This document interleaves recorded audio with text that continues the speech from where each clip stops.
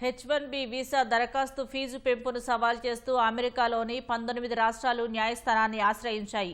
వలసల చట్టం సహా వీసా ఫీజుల విషయంలో కీలక మార్పులు చేసే అధికారం చట్టసభ కాంగ్రెస్కు మాత్రమే ఉందని పిటిషన్లో పేర్కొన్నాయి. అధ్యక్షుడు ట్రంప్ నిర్ణయించిన రుసుమును వెంటనే నిలిపివేయాలని కోరాయి. నూతన H1B వీసా నిబంధనల వల్ల విద్యా, ఆరోగ్య రంగంలో ఉద్యోగుల కొరత ప్రమాదం ఉందని తెలిపాయి. మరోవైపు భారత్పై ట్రంప్ విధించిన 50% సుంకాలను రద్దు చేయాలని కోరుతూ ప్రతినిధుల సభకు చెందిన 3 సభ్యులు ఓ తీర్మానం ప్రవేశపెట్టారు.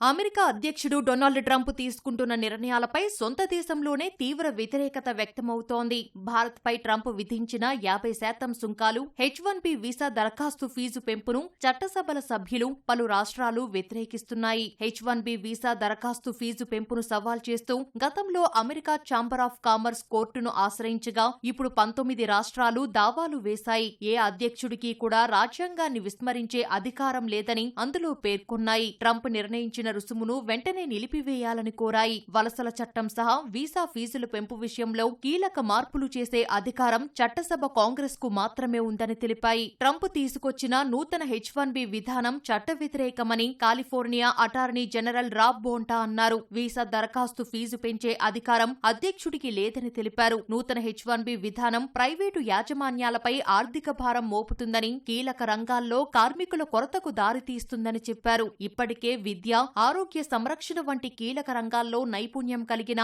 H1B వీసాదారుల కొరత ఉందని, అది మరింత తీవ్రతరం అవుతుందని ఆందోళన వ్యక్తం చేశారు. H1B వీసా దరఖాస్తు ఫీజును $1,00,000కు పెంచుతూ సెప్టెంబర్ 21న ట్రంప్ కార్యనిర్వాహక ఉత్తర్వుపై సంతకం చేశారు.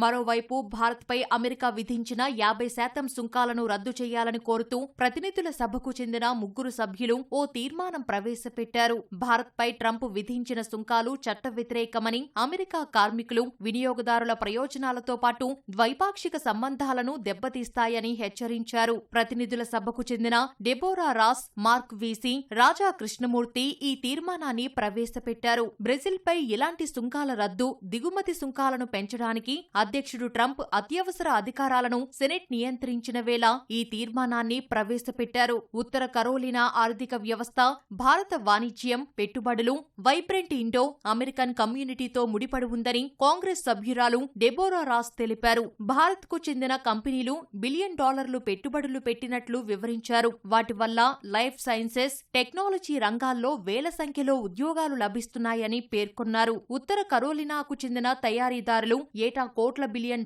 ఉత్పత్తులను భారత్కు ఎగుమతి చేస్తున్నట్లు తెలిపారు.